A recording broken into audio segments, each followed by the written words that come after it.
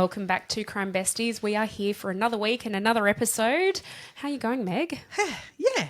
It's the same as last week, really. I know. We're back here on repeat, I think, with sick kids, and it just keeps floating through the family. So, yay. You know, sharing is caring. Oh, yeah. We're good at that. You know how it be. Yeah. Mason came back from camp and he was like, everyone was sick. I think we were talking about that in our episode last week. Yeah.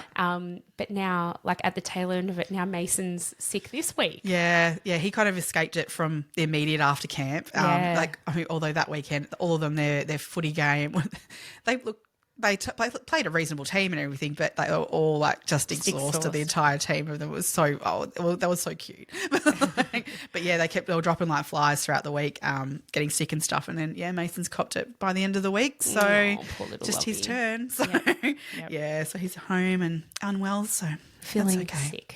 Yeah. So, more days off work for me. The juggle is hard. You were saying today, though, you've got him at home, but you've got work stuff that you need to do after we finish recording today. And, those kinds of things never stop. It's a tough balance. It is. Unfortunately, in the role I'm in, there's kind of no one else that can do certain things, unfortunately. And so you just kind of got to make it work. And we make it work.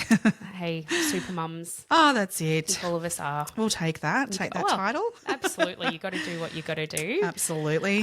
I'm thick into the planning of my 40th, which is next Friday. It's 1 week away. I'm so excited. When your sister-in-law said to me, I said, "You're coming, right, Meg?" I'm like, "Oh my God, dancing shoes and drinking shoes on." Absolutely.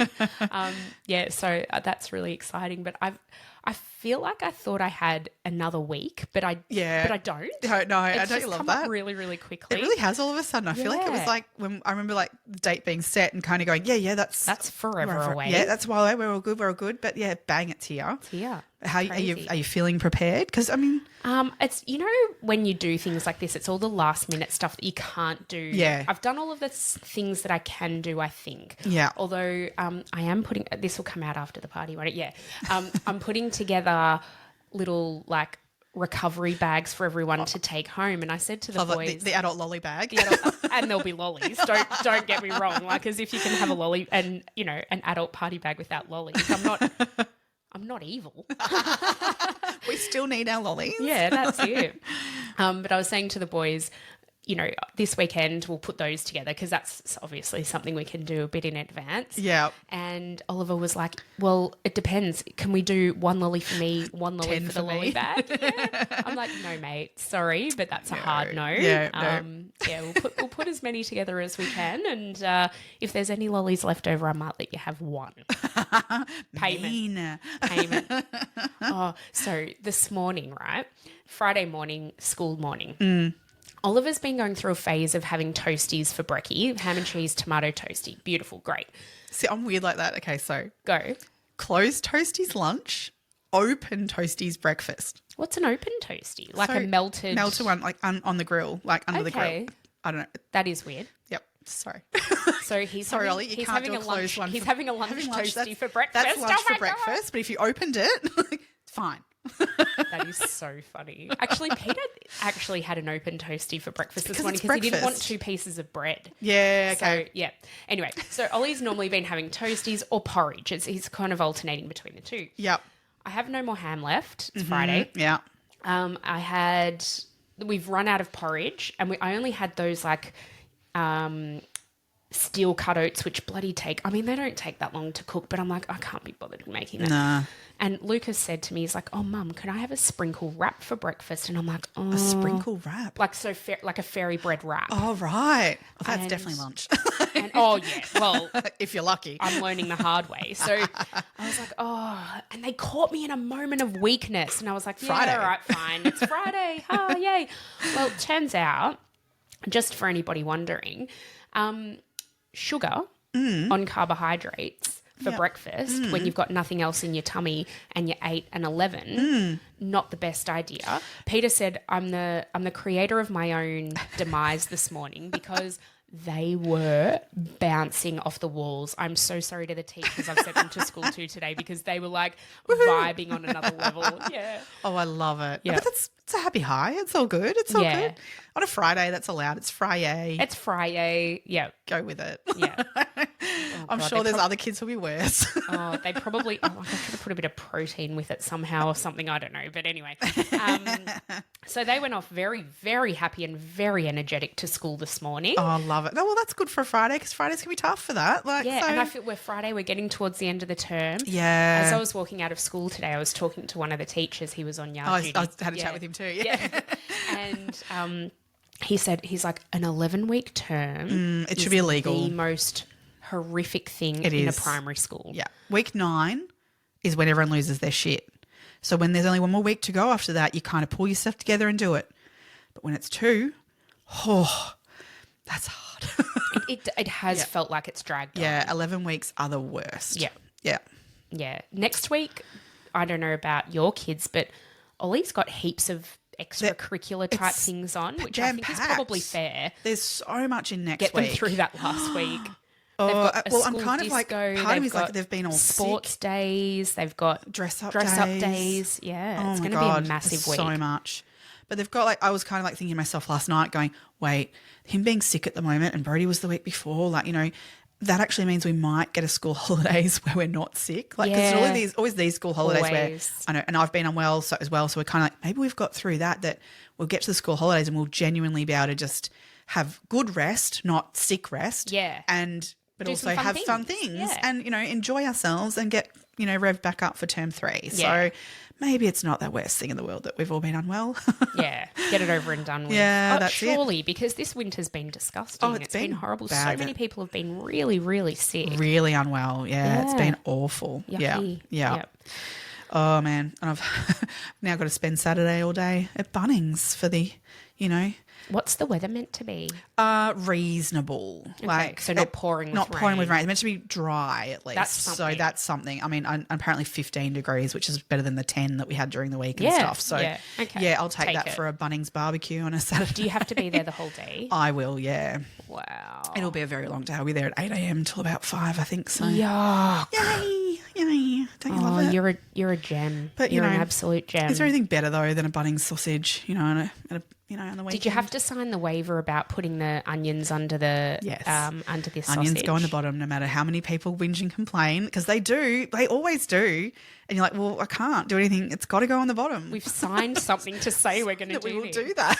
Oh, that is actually so funny. They're really that's really rigid on everything. Because one of my team members was saying I've got an extra marquee. We could, set that up and do this. And she was saying, we could have some painting or something for the kids to do. And that's cool. And I'm like, that would be really awesome. But Bunnings are like, no, this is what you do. Nothing outside this box. Yeah. I mean, it is very formulaic and it works. Yeah. It's generally a pretty good fundraiser. Yeah. It'll make us a bit of money. Yeah. Yeah. It's just it's hard to find volunteers these days. Oh, it's always the same people. We were saying this the other day. Yeah. At school, it's always the same parents who are volunteering. Yeah. At sports events, at all of that sort of stuff, it's always the same people you see. And look, I understand people have work commitments and life is really, really busy.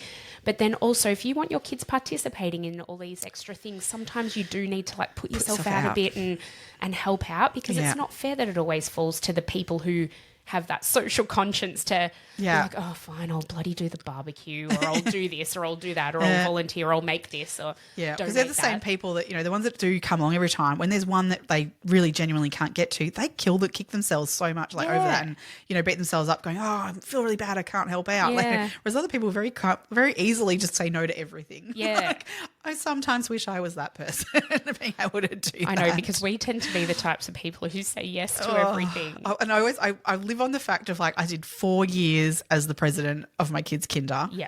That I'm entitled to say no now. Yeah. But I do to myself the whole, but these are different people. They don't know I've done that.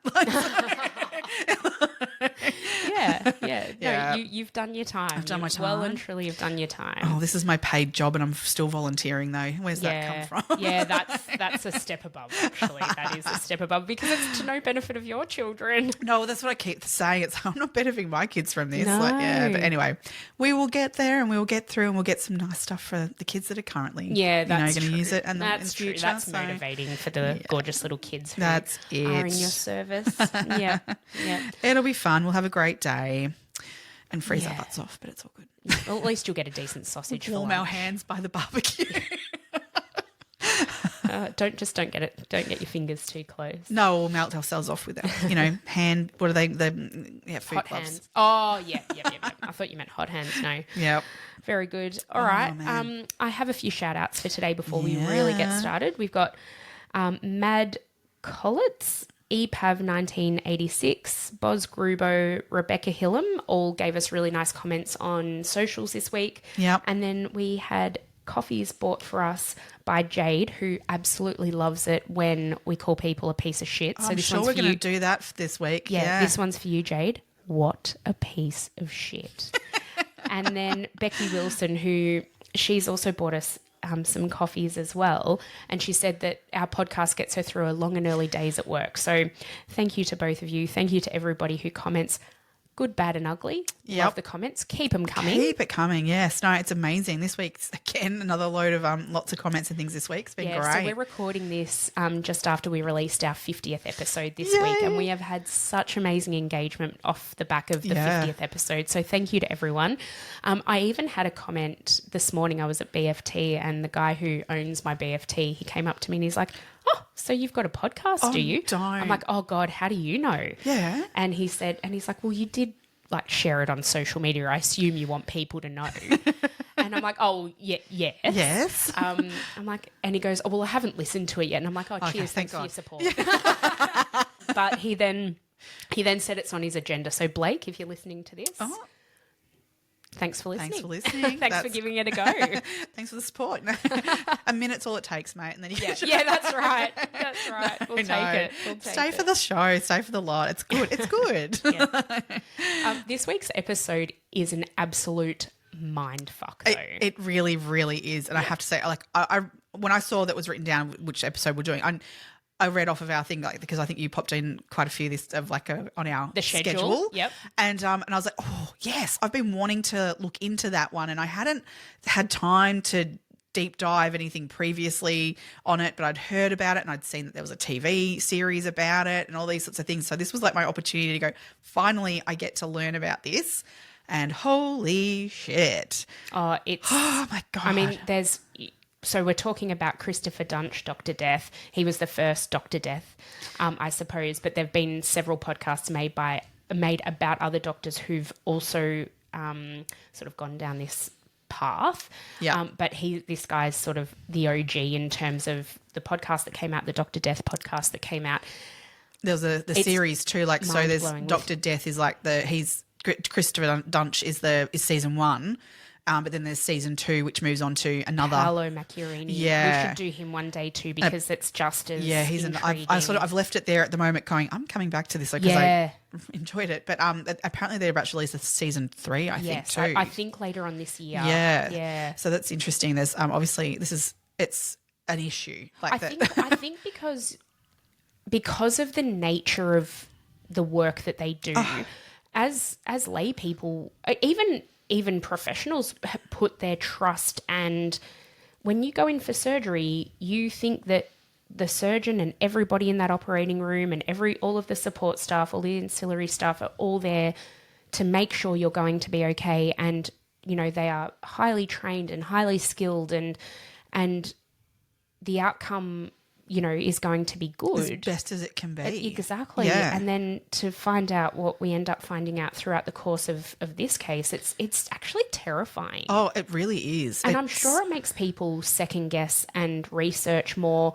which can't be a bad thing. But then also there's, you know, there has to be information out there in order to be able to discover these things. So I think there's a lot of complexity to this. And so much. And again, this is in America.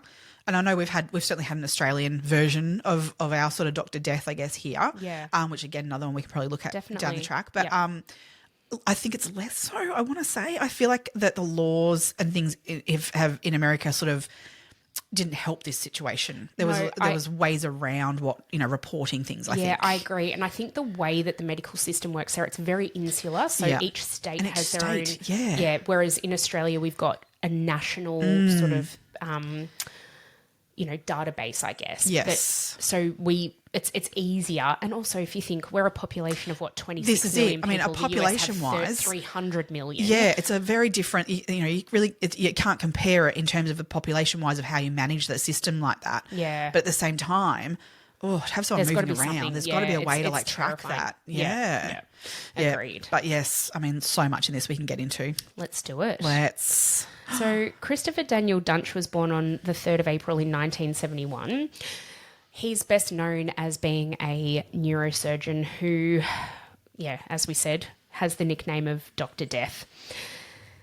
In his early life, Christopher Duntsch, so he grew up in what has been described as a very lovely, loving, caring family. Yes. Which, do you think that just is at complete odds with what ends up coming out of it? Yes.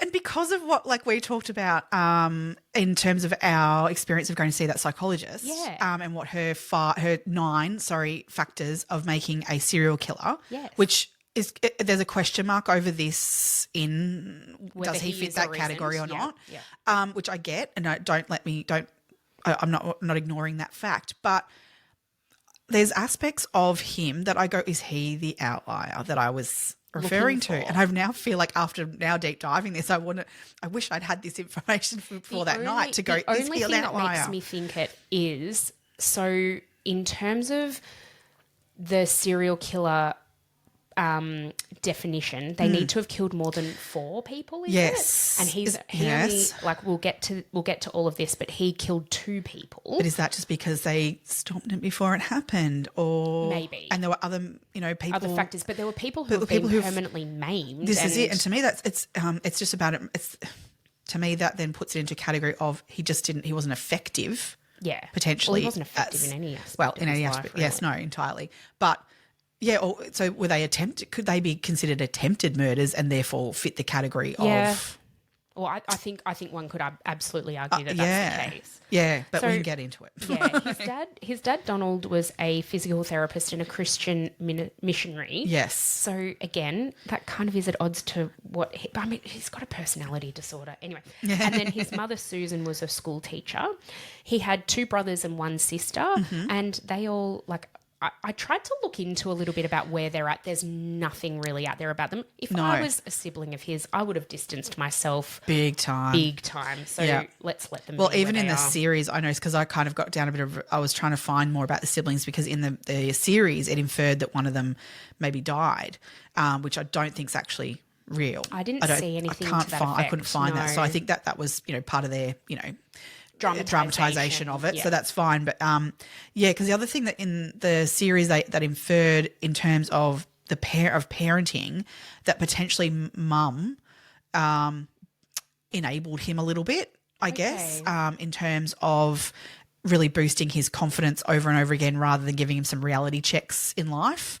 But whether that's factual or, again, dramatization for this show, I'm not sure because, again, you couldn't get much. I couldn't find much out. His parents have never spoken out publicly, nor have his siblings. So it's probably quite difficult. The only reason that we do know information about the family is because Christopher or Dunsch's friends some of them who've actually been implicated in all of this in a very negative way, they've had experience and they knew his family, so they've been able to give their account of what they thought the family was like. But again, perspective from even close family and friends can be very different to what's inside the household. So it's really So take that what it is. Absolutely. So they lived in Cordova, Tennessee, and he grew up playing, as in Dunch grew up playing football, and he wanted nothing more than to be drafted as an NFL rookie player. Yes. So he set his sights as to do that. And in one of the documentaries I watched about this, they interviewed one of his previous coaches, and the coach basically said, I think it was a strength and conditioning coach, but anyway, that's irrelevant. The coach actually said that he wasn't great. He wasn't a very gifted player, but he was determined. Yeah, worked his ass off. He would repetitively do things to try and get it right, but he just didn't have that natural talent. No.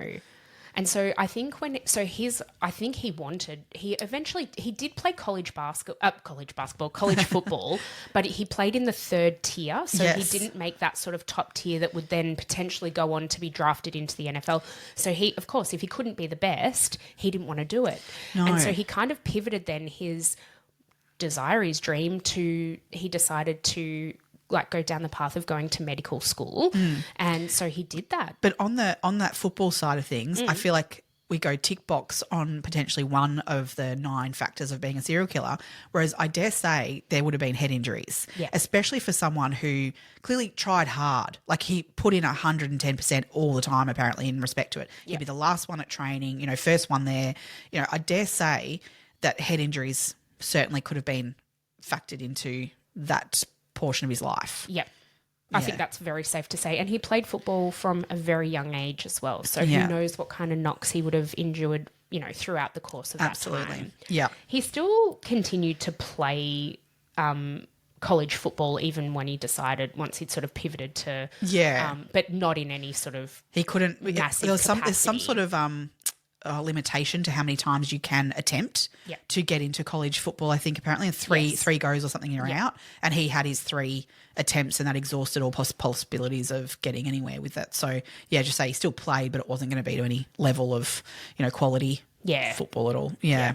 He completed his undergraduate degree at Memphis State University in 1995, and then he went on and he was actually accepted into an MD PhD program at the University of Tennessee at Memphis College of Medicine, and he earned those degrees in 2001 and 2002. So he actually got his MD, and then separate to that a PhD as well. So, and I sort of go, right, well, what's the difference? So that's basically the way I looked into it was a medical doctorate gives you like the actual practice of being able to perform those surgeries and things like that. The PhD is the research side of things. Right. So it's quite different. And apparently the research stuff, like he was incredibly intelligent, incredibly intelligent person. And apparently the research stuff, he would really engross himself in that and really do well.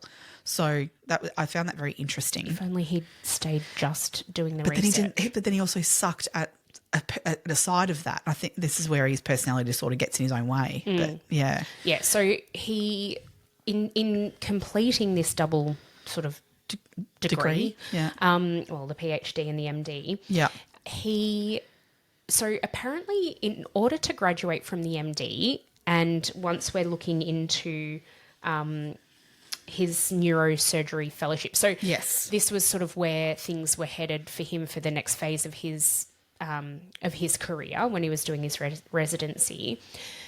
Apparently most surgeons will complete around, I think it's 1,000 surgeries during their time.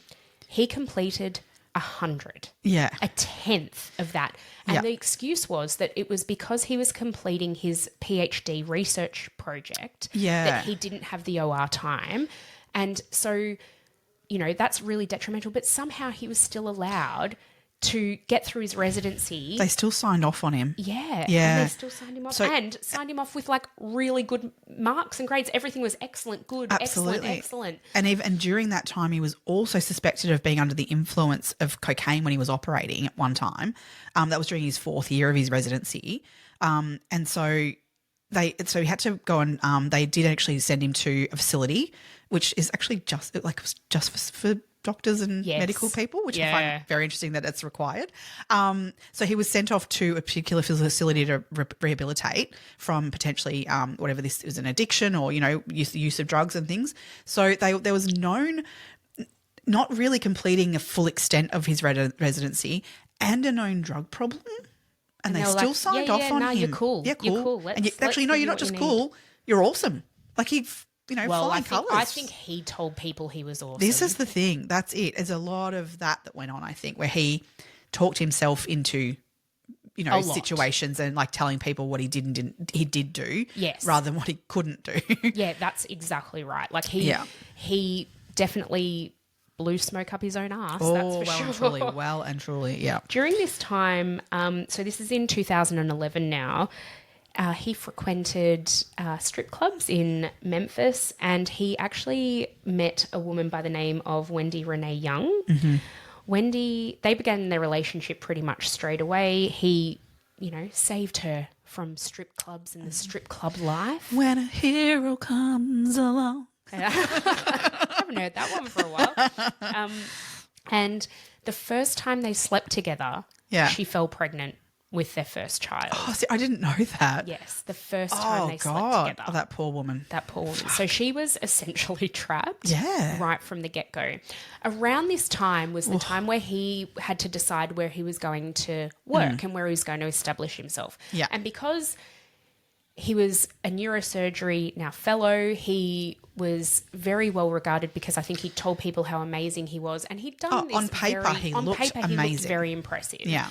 And so he had offers from all around the country, and they eventually decided, because Wendy was from Dallas and she wanted to sort of relocate there if they were going to go anywhere, they decided to go to Dallas, and he was actually offered a fellowship at Baylor Plano. Yep. And which was is still to this day, although it does have a little bit of a mark on its name after all this.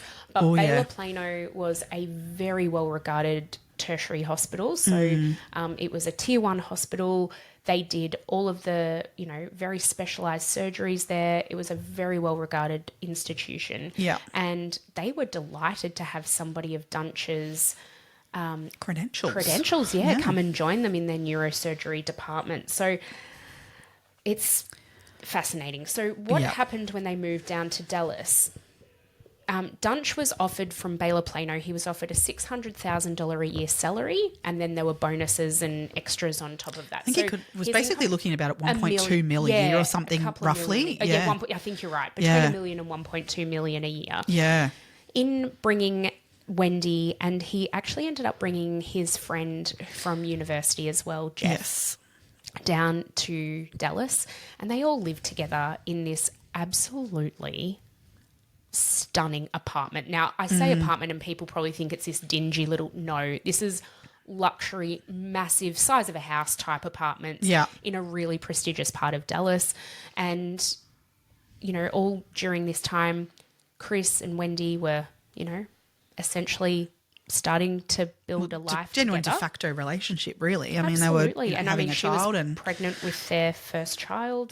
But still early days in their relationship, if we're thinking about it like that. Isn't it? Yeah, that's very that's full on for anyone, to have that happen. I mean, I can't imagine like you've just met someone and now you're having a baby with them. Really, you don't know who that person is, and I think she really had any idea who she didn't. She does mixed say herself though up with in interviews that he begged her to have an abortion, and she said that wasn't something she was willing to do. She also, for the fact that he kind of dragged her out of her work at the strip club, meant that he cut her off from her source of income. And so he kind of then agreed to have the baby too. They've moved to Dallas. She was kind of trapped in that. She had no money. No. She had no way out. She was pregnant, and she kind of just went along with things. Yeah, that's hard. I mean, like... Oh, it would have been an awful situation for her to be in. Yeah.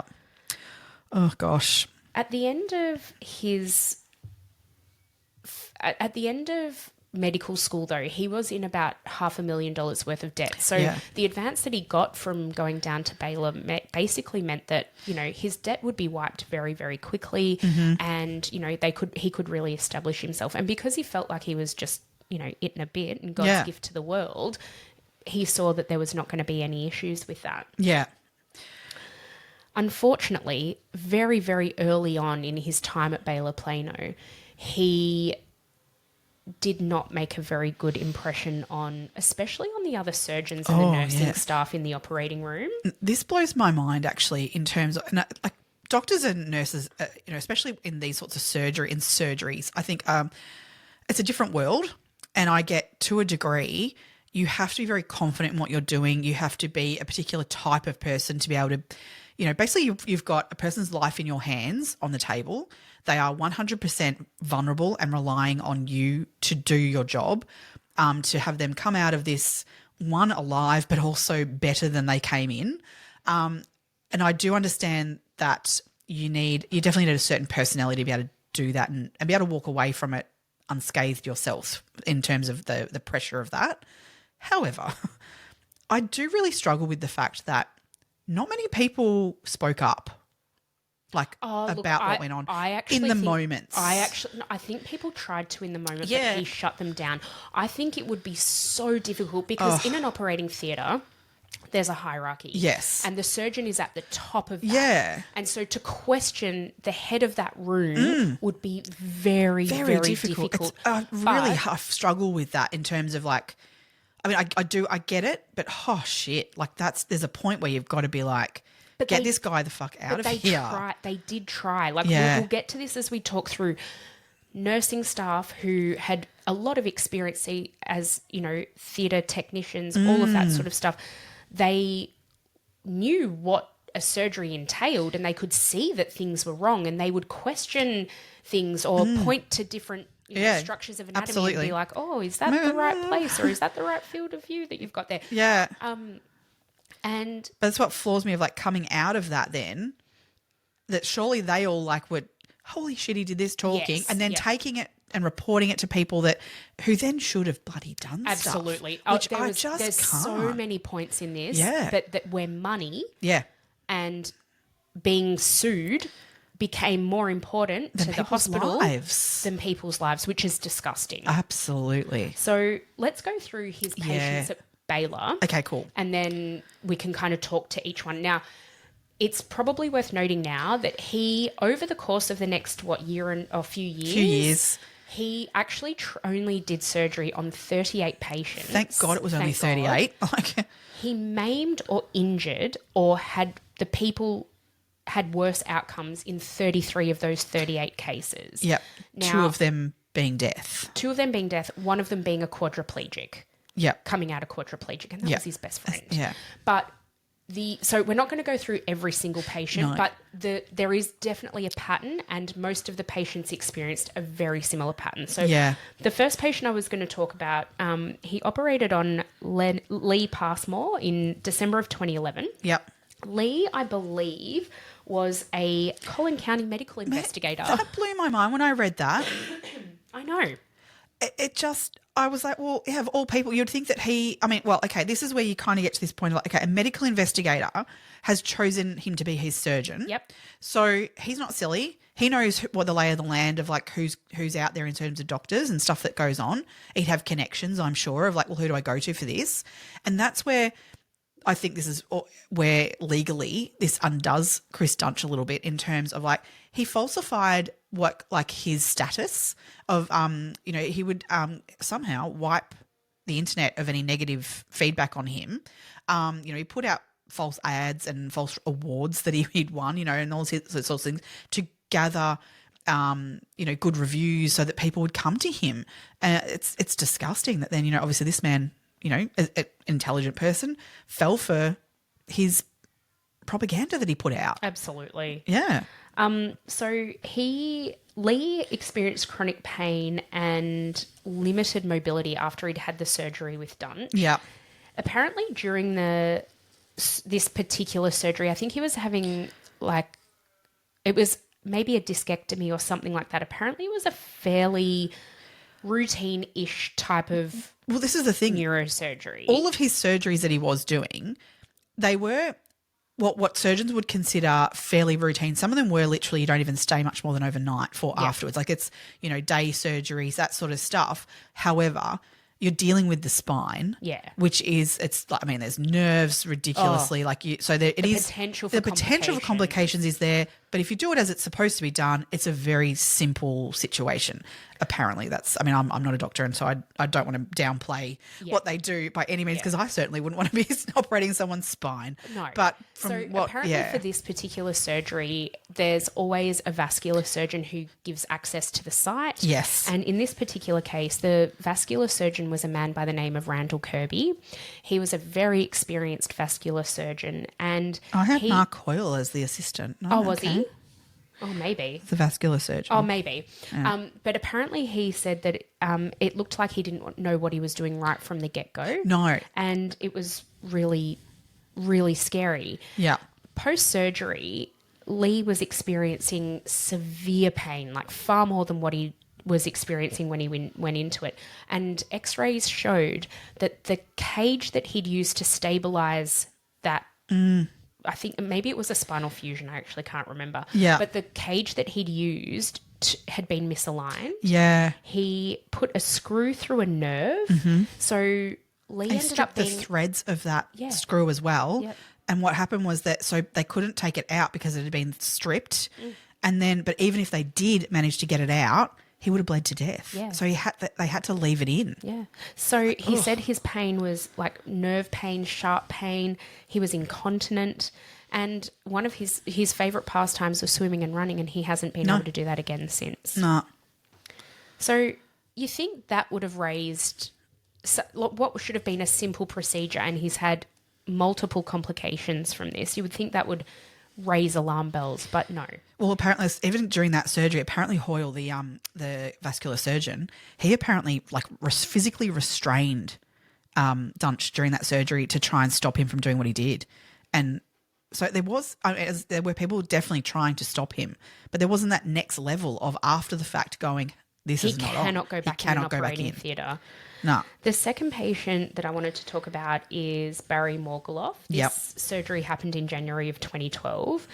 He came out of his surgery. So he was the owner of a pool servicing company. So he had a fairly physical job. He definitely needed mobility. Yeah. And he basically wanted surgery because the pain that he was experiencing from, again, I think it was a bulging disc, and then he had nerve pain associated with that. Yeah. It just got to a point where he actually couldn't, partake in his day-to-day tasks, and work was getting more difficult. So he made the decision to seek the counsel of a neurosurgeon to see what could be done. Yeah. And in doing so, he was recommended Dunch, and Dunch was like, "Oh, I'll fix you. You'll be pain-free by the time you walk out of my surgery." Yeah. He came out of the surgery in extreme pain. Now, Barry actually had a drug abuse history, and Dunch used this as an excuse for him saying that he was in pain and wanting to get more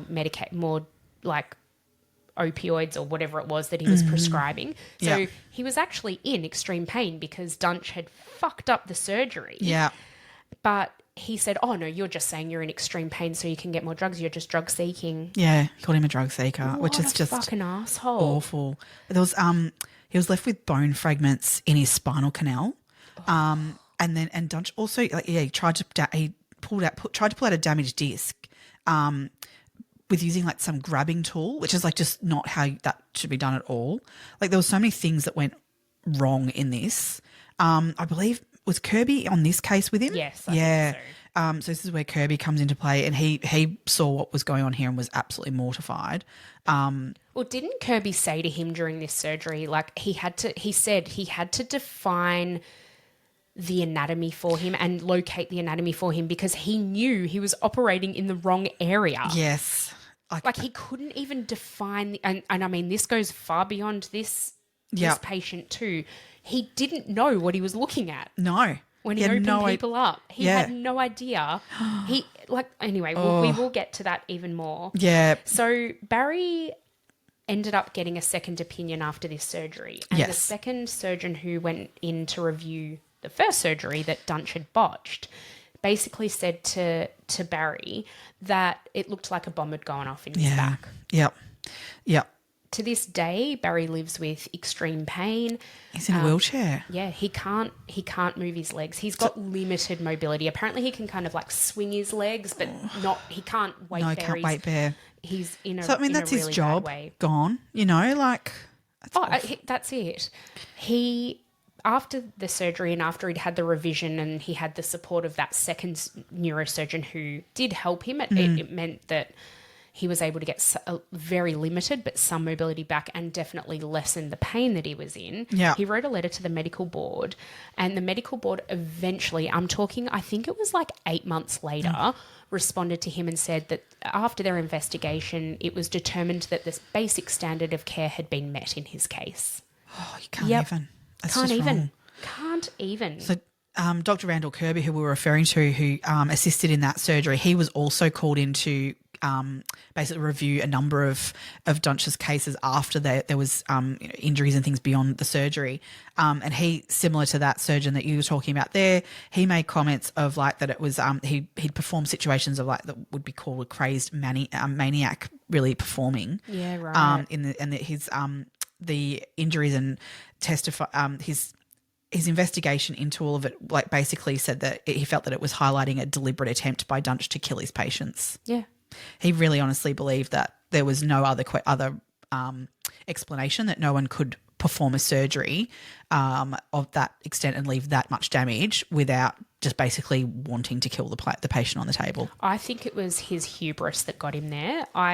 Like whether he thought he was going to kill them or not, I think is almost a moot point. I think he just thought he was God's gift to the world, and he knew best. And yeah, it was horrible. The next patient I want to talk about is the one that really fucking gets me. Mm-hmm. Yeah, Jerry Summers. Yes. February 2012, he went in for surgery. This is his best friend from high school. Yeah. They played high school football together. They were living together in Dunch's apartment in Dallas. He followed Dunch from Tennessee to Dallas. They were best friends. Oh, yeah. And Dunch was like, yeah, I can fix your back pain. No worries. Yeah, it was his neck. So he had... he was in a car accident, I think so. That caused the neck pain. Yeah. So he was meant to go in and have 2 neck vertebrae fused. And apparently this is fairly, and Dunch said this to him, it's an easy surgery. It's very straightforward. Routine surgery, no worries. Just come in, we'll get it fixed and we'll get you sorted out and you'll be good as new. And that's not a lie, as in, yeah, that's how that should have gone. Yep. But God, did it not go that way? No. Oh. So Kimberly Morgan, let's introduce her at this point. Oh, yeah. So Dunch decided to employ a nurse practitioner to assist him in his practice. So he'd set up a practice called like at the Minimally Invasive Spine Institute or something like that at Baylor Plano. In order to assist him with all of the post-op sort of care and also in surgery, he employed a woman by the name of Kimberly Morgan. She was a doctor? No, nurse? She was a nurse practitioner. Okay, yes, right. She was essentially his assistant. Yeah.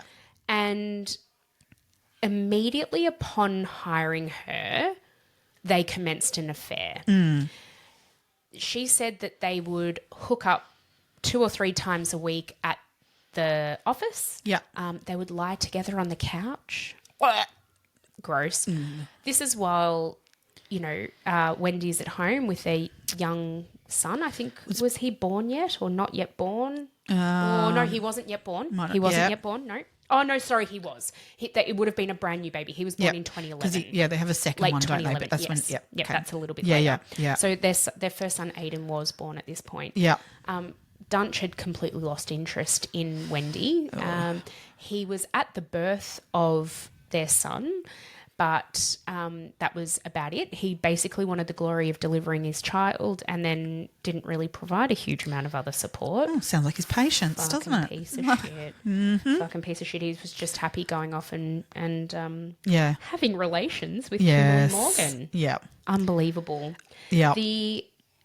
This is an American term, the anesthesiologist, the anaesthetist for this particular case with Jerry Summers. Yeah. She said the interactions between Kimberly and Dunch during this surgery, she said she has never encountered anything so unprofessional in her life. For example, Dunch said to Kimberly, pass me the drill. She passes him the drill and he's like, I'd like to drill you later. Oh, that's just disgusting. Your best friend is lying on the table. But even in any surgery, other people are in that room regardless. I just can't. That's just like, and what the hell, like that's meant to turn you on? Oh, well, she was turned on by it. She loved it. Oh, who are these people? Oh, fuck, I know. According to the anaesthetist who was on that day, she's a really lovely woman. She seemed like I'd like her to be my anaesthetist. Yeah. She was very sort of practical. They're normally not really like the warmest of people, usually anaesthetists. Yeah, she was she seemed to, you could tell she'd have control over any situation. She just seemed to be that type of person. No. According to her, during this type of surgery, the typical blood loss is somewhere around 50 millilitres. Yeah. In Jerry's surgery, he lost 1.2 litres of blood. A fifth of his body weight, his in blood volume. Volume, yes. So basically what she was saying is normally you'd see some pink stained, packs and stuff, that are coming in and out of the body. Mm-hmm. She said there were blood sopping packs that he was using to try and stem the bleeding. Oh. Because there was so much blood loss, he ended up using this gel stuff that kind of helps to coagulate and stop bleeding, but he used so much of it. And this goes to further the complications for Jerry in this surgery. That constricts the spinal cord. Yes. And he used so much of it that it basically, according to reviews from other surgeons post-surgery, Jerry was essentially almost decapitated. Yeah.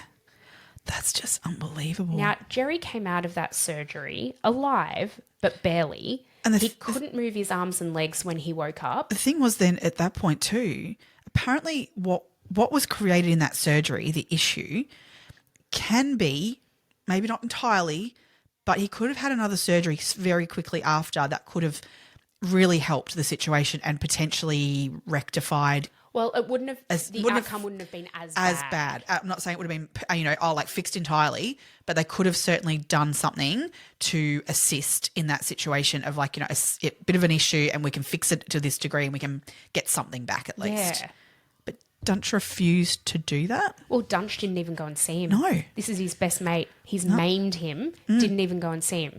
So Jerry was frustrated. Oh. Now, Jerry and Dunch in their past, they'd done cocaine together, LSD. Jerry admits he was a drug dealer for a while, and he'd partied with Dunch on many, many multiples of occasions. Yes. So Jerry, in order to get Dunch's attention, he said to one of the nurses, Dunch and I were doing 8 balls last night. Yeah, before his surgery. Before the surgery. Yeah. He needs to come and sort this out. Yeah. Jerry later on says, we won't. And Dunch was subjected to a urinary drug test based on these allegations, which he passed, but he didn't go and do the drug test straight away. He knew the half-life of the drugs that he'd consumed and when he'd consumed them. Yep. So he just timed it right. Yeah. As you said, he's not an idiot. No, far from an idiot, unfortunately. Yeah. So he put it off and put it off. Yep. Didn't answer his phone. Oh, you want me to come in for a drug test? Oh, yeah, sure. I'll come in for a drug test today. I know I'm going to be clean because I know when I last hit. Yeah. Because, this is the thing. No, they didn't do it the night before, as Jerry said. He has admitted that. But it was probably the night before that. It wasn't as if, it wasn't, sometime in that week prior to the surgery that he would have been doing that sort of thing. He was a regular drug user. Yep. Oh, it's just awful. By the time a revision surgery was scheduled for Jerry, so they actually... Did they move him to a different hospital? I believe they did. I think they had. Oh, sorry. Yes, by the time they had moved him, it was too late. It was too late. They couldn't do anything. No. Yeah. So he remained a quadriplegic, but he died in 2021 of an injection-related complication from Dunsch's surgery. So ultimately, I actually put him in the category of that he is responsible for his death. Oh, for sure. So as much as we say there was only 2 people who died of surgeries for him, that was on the table practically. Yeah. Whereas Jerry, I think he suffered. He was a fucking. He walked into the hospital. He had a stiff neck, pain and that from his neck. And look, chronic pain. Let's not joke about that. People who suffer from chronic pain for their life, it is awful, absolutely awful. And I can imagine going in for surgery and going, this is going to fix that would be relief and amazing. Yep. To be able to continue in your life without that daily pain would be phenomenal. But take that over quadriplegia any day. Oh, of course.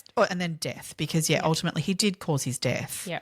Oh, that's your best the mate. hospital, Baylor Plano suspended Dunch for 3 weeks pending the investigation, like about the drugs and the drug test and all of that sort of stuff. Yeah. And then when Jerry admitted to the hospital that he was lying about the 8-ball the night before, they reinstated his privileges without so much as a question. That just blows my mind. I can't. It's fucked. It's actually fucked. Yeah. Kelly Martin is the next patient I want to talk about. Yeah. Her surgery was in March of 2012.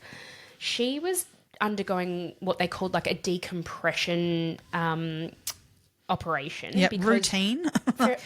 Routine, nothing sort of out of the ordinary. Apparently it is considered the simplest spine surgery that there is. Apparently. She'd been getting Christmas decorations out of the attic and she'd had a fall and... Off a ladder, Off the ladder and, you know, it had compressed her spine and she was in a fair amount of pain according to her family. Yes. And so it got to the point where they were like, well, of course, like we're going to now do something about it and see. And again, Dunch came very highly recommended, minimally false invasive. reviews. Yep, all of that. Yep. It was actually the GP or her family doctor who recommended Dunch because he'd gone around, or actually Kimberly had gone around to all of the local family medical practices, like the GP practices, and given his card out to say, look, if he was spruiking, the work for him. Yeah. And this GP was like, oh, well, you need a neurosurgeon. Oh, here, this guy's amazing. Yeah. Just ask him. He'll Just ask him. Oh, God, yeah. Yeah. He said to Kelly and her family who were in the initial pre-op consultation, oh, I know exactly how to fix it. Mm-hmm. Okay, well, let's just see. It was a 1-hour surgery. She was only meant to be in for the day. Yeah. And they said she could go home that day. So I love the fact she's got two adult daughters and her husband, and they went to hospital with her. They were waiting in the waiting room, and her husband had done a little bit of research into what this operation entailed, and he said, I knew that it was, and Dunch had told them it'd be about an hour.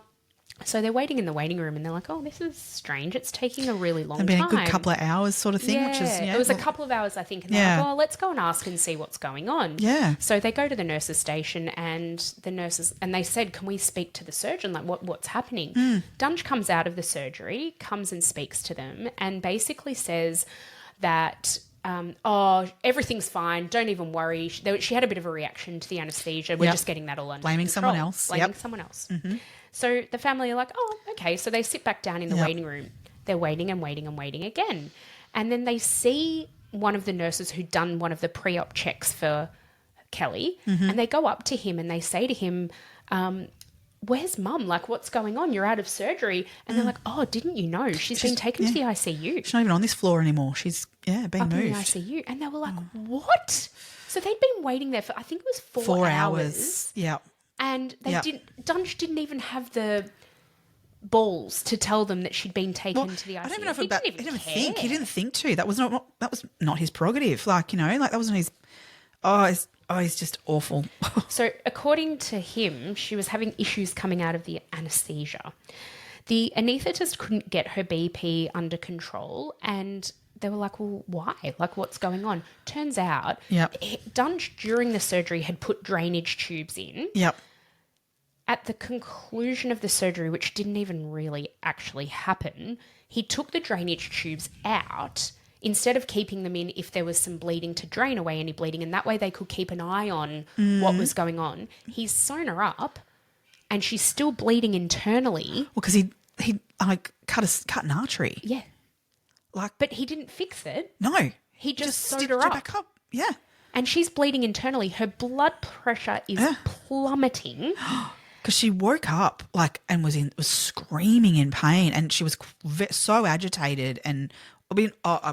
Well, she said, my legs, they're in absolute agony. And then the nurses pulled the blankets up and her legs were blue. My God, yuck. Oh. Her legs were blue. They had to re-anaesthetise her. Because of her reaction and everything. Also, they thought Dunch would take her immediately back into surgery to sort this out. He didn't. No, he refused to. This is something that could have been fixed. Oh, yes, I mean, yes, it would have been a long road ahead for her because of just everything that she'd experienced. It would have been so hard. But he should have taken her back into surgery, at least repaired that artery. Like she's like literally going into cardiac arrest, and he was outside of her room on his phone. Typing notes, apparently, or typing messages on Yeah. his phone. The ICU attending was managing her care when really it should have been surgeon couldn't even give a shit. No. He didn't even go in to check on her or see what was going on or how they were helping her or what they were doing. No. So unfortunately, ultimately she bled to death. I just wanted to note as well, in autopsy, they found that he'd actually been operating more than an inch away from where he should have been. Mm-hmm. I mean, that's a huge distance from where he should be in terms of that sort of stuff. That you'd be talking millimeters in terms of how far away you should. Like, as in, like, apparently even 3 millimeters would have caused it catastrophic. Yeah, like this is how precise you need to be. You're a fucking neurosurgeon. It's disgusting. It's disgusting. God. Baylor removed his privileges. They allowed him to resign. This is what gets me. Same. And this is where I find them liable on Baylor as well. 100%. Because this should never have been like. They just wanted to escape him basically claiming false termination of his position. Like, I mean, I'm sorry, but fight that.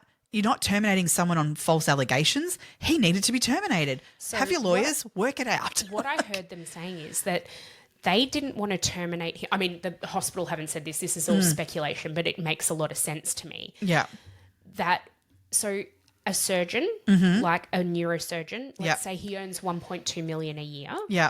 If he's terminated and then cannot work again because his license is revoked due to this termination or due to being reported, then what is he at this They're stage? liable like 30, for potentially 30 years at $1.2 million. $60 odd million they could be liable for. I get that. But I don't, because at the end of the day, you've got just cause to terminate this him. is what I mean. Like, as in, I get it that that's a lot of money, but you've got an argument that is absolutely, to me, waterproof, like watertight. Absolutely. That you can argue that this guy should not be operating on anyone. He needs to have his license revoked, and it'll stand that you terminated him for good reason. That's it. But instead, they kick the can down the road. Yeah. And someone else's problem. That is literally what happened. Yes. He lasted 3 months at Baylor Plano.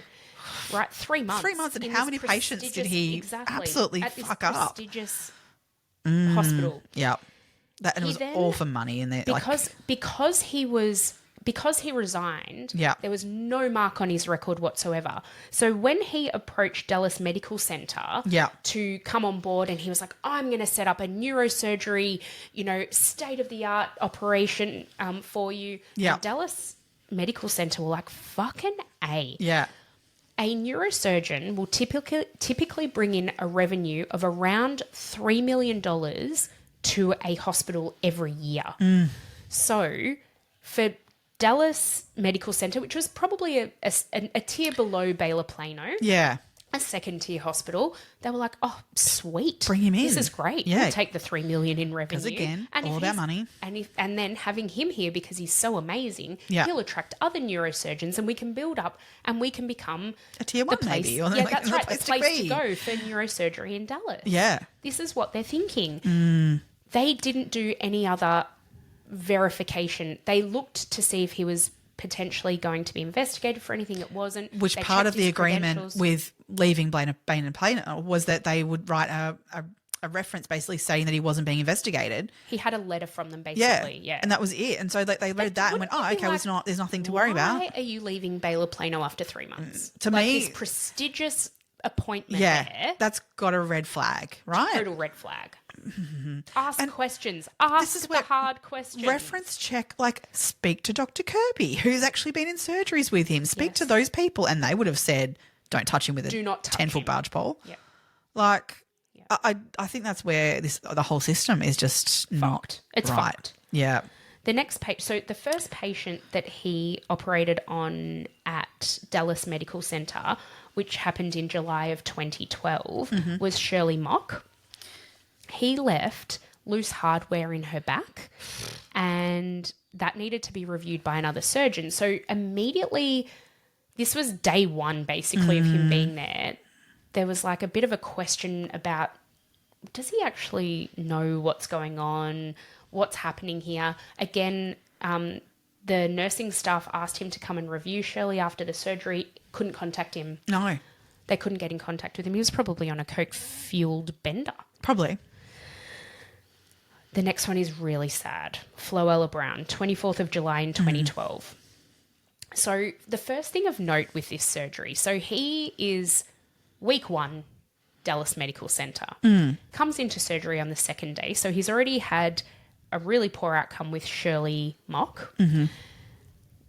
The next day, he goes into surgery. Oh, actually, sorry, it was 2 days later. Goes into surgery with Floella Brown. One of the OR nurses, notices that he's wearing the same scrubs as he was wearing the day before. You know how they know this? It's a hole, wasn't it? Yeah. A hole in his bum, the size of a nickel, and he wasn't wearing any underwear. So it was really notable. It was really That's got to be a hygiene issue, yeah? Oh, absolutely. Yeah. Absolutely. Like, you're gowned and gloved in surgery, but you can't tell me that wearing the same... You know, surgeons are scrupulous with cleanliness and hygiene and maintain... You should be changing your scrubs between patients, potentially. He was wearing the same scrubs. Especially when there's a days lot of... and yeah. This was 3 days it ended up being he was wearing the same scrubs. Nah. With no undies too. Like, gross. No. Oh, just disgusting. that alone, to me, Oh. should be grounds for dismissal. Red flag. Like, this is where I just don't understand where they cut that bane of plain out. Are like sitting there going, oh, no, we don't want to risk, a lawsuit for dismissing him. There's plenty of grounds for him to be gone and to be no. He had to go. This is not best practice. No. Like, if nothing else. This is it. Oh, God. Sterility is imperative in surgery. Like, I just can't even... I can't even get my head around how he would think it's okay. But then he also thought he was God's gift. So yes. Oh, God. The nurse, the OR nurse, the same one who was like, he's wearing the same scrubs as the other day. Yeah. He also said that he suspected he was on drugs that day. He said he came in, he looked like manic almost. He was sweaty and pale. He said like his eyes looked really funny. So this nurse then told his superior, and the charge nurse came and assessed the situation. And I think the charge nurse then actually did report him to the hospital board or the CEO or something like that. But during this surgery, nothing actually happened. During the surgery of Floella Brown, one of the quotes that Dunch is known to have made is, "I can't see, there's too much blood. Keep suctioning, keep suctioning." Again, this is a surgery where there shouldn't be any blood. Yeah. Like minimal, like a little bit of blotting here and there. But the field was so occluded by blood that he couldn't even see. Like, he probably didn't even know what he was looking at anyway. This is where, I know Dr. Kirby commented around the fact of, he didn't know what he was doing when those sorts of things are happening, because anyone doing those sorts of surgeries knows that that's a patient who is bleeding out and you need to do something about the bleeding, not the actual surgery itself. So that's where he was like, what the hell is this guy doing? He didn't know. He didn't know what he was doing. Did he know? And he knew what he was doing? This is where I don't know. We'll get to that, I guess. Well, when I say he didn't know, what I'm saying is he didn't have the experience of performing these surgeries under supervision. So, but he still thought he could do it. He thought he knew better. He thought he knew better. Oh, I teeter all over that of what he knew and didn't know. Yeah, agreed. I think you're right. So then that night, her husband, Floella's husband, comes to visit her, and she's completely unresponsive, and that is not what they expected after the surgery. They thought, it was a spine surgery that they knew she was staying in overnight. He expected her to be awake, but she wasn't. And the next morning when he came, I think he actually stayed overnight, and he had to sleep next to her. And the next morning she was completely unresponsive. So he got the attention of the nursing staff, who tried to get in contact with Dunch. Nope. Do you think they could get him? Nope. 2 hours it took him to call the hospital back when he had a patient in critical condition. Yeah. Comes in the next morning. Guess what he's wearing? Same scrubs. Uh-huh. Where's he been? What's he been doing? Also, according to several staff on the ward that day, hungover as all fuck. Eyes so diluted. Hanging. Yeah. what Yeah. the fuck? Mm-hmm. And insisted on going on to surgery again. Yep. So, Floella Brown, this is the situation now. Yeah. Floella Brown in grave, grave danger from the surgery she'd had the day before. ICU were getting nothing from him to try and manage Floella. Some imaging was ordered by the ICU attending because obviously that person had to then take over the care of this patient. She was basically having a massive stroke. Yeah. She died. Yeah. Oh, he's just awful. There was nothing the ICU attending could do. No. While Floella was dying of a stroke, Yeah. Dunch takes Mary Eaford. He was told not to surgery. too. He was Yes, actually because instructed not to. Mary Eaford's surgery was fully elective. Yeah. There was no urgency. No. She was in a bit of pain, but it was nothing she couldn't handle. She just wanted a better quality of life going into her retirement. Yeah. It could have waited. She was already retired. It could have waited. Yeah. It could have waited 6 months if it needed to. Yeah. It was not urgent at all. The hospital said to him, you need to postpone this surgery. And he went, like, fuck, I'm postponing. I know better than you. I've already got this scheduled. I'm doing it. Yeah. Now, my thing here was he doing this for the money? Because he was getting caught out again. I just think it was his ego. It wasn't financially driven. I think somewhat. Somewhat. But and he didn't want to be caught out. He's like, no, I'm doing it. He knew better than everyone else. Yeah. I don't know. I think he... But why didn't the hospital say to him, you can't, like they've said to him, you can't or don't operate today? Well, they did tell him that. And then he's overridden that. Like, why does he have the... I think he just, but again, it was just, I think he was told, no, you're not doing it by up here. Yeah. And then, but the thing is that message, he could convince other people around him, like, no, go set up the operating room. And people did what they were told, but they weren't told by the up here's, no, he's not allowed to do that. I think that's just, was a communication disconnect that unfortunately it went ahead with him dictating to the lower people, like, this is what's going on because, a surgeon, you do what they ask. You get the operating room ready, you do all those things. Yeah. But there wasn't anyone from the higher ups coming in and going, no, it's not happening. Yeah. They were telling him that, but he was dictating everyone else, no, it is. Yeah, okay. I think that's where there was just that disconnect of that, honestly. He'd severed Floella's vertebral artery. Yeah. So this is a massive, massive catastrophe. Yeah. And a massively adverse outcome. People in the room were telling him to abort the surgery entirely and he just refused. And yet then he felt confident enough to go in to Mary Eaford's surgery and give that a go. Apparently, I would imagine any other surgeon pretty much would be like, oh, I have had a shocking outcome. I need to stop. This is the thing. Reassess, maybe get a colleague to come and assist on my next case. Yeah. Have some kind, you would do everything you could to make sure you would not have another outcome like that again. 100%. There's other surgeons who have commented on this case around the fact of that they've had one patient on the table in their 40-year career who has unfortunately lost their life due to complications that occurred that were out of their control. That is the patient they think about every single day. And they never want to experience that again. No. And that's the toughest moment in their career. This guy's now on 2 that have died in very unfortunate situations that he had a lot more control over than those, with these other situations they were talking about. Yeah. That he's like, just move on to the next patient, bring on the next body. That's an issue. That's a massive issue. Massive red flag. The other thing with Floella Brown, I just remembered as well, he decided that he wanted to do a craniotomy on her. Yes. And the hospital was like, oh, well, no, we don't have the equipment. We're not allowed to do that surgery. We're not accredited to do that surgery. And he's not licensed to do that kind of surgery. Oh, no, I'll just use whatever you've got here. I can do it. Yeah. And they're like, no, you can't. And so the hospital actually decided to try and move Floella to another hospital that could do a craniotomy to relieve which some they of that said pressure. He wasn't wrong in that was definitely what needed to occur. He caused that that needing to occur though. Yes, yeah. So he wasn't wrong in his medical opinion. However, he was not trained to do it. No.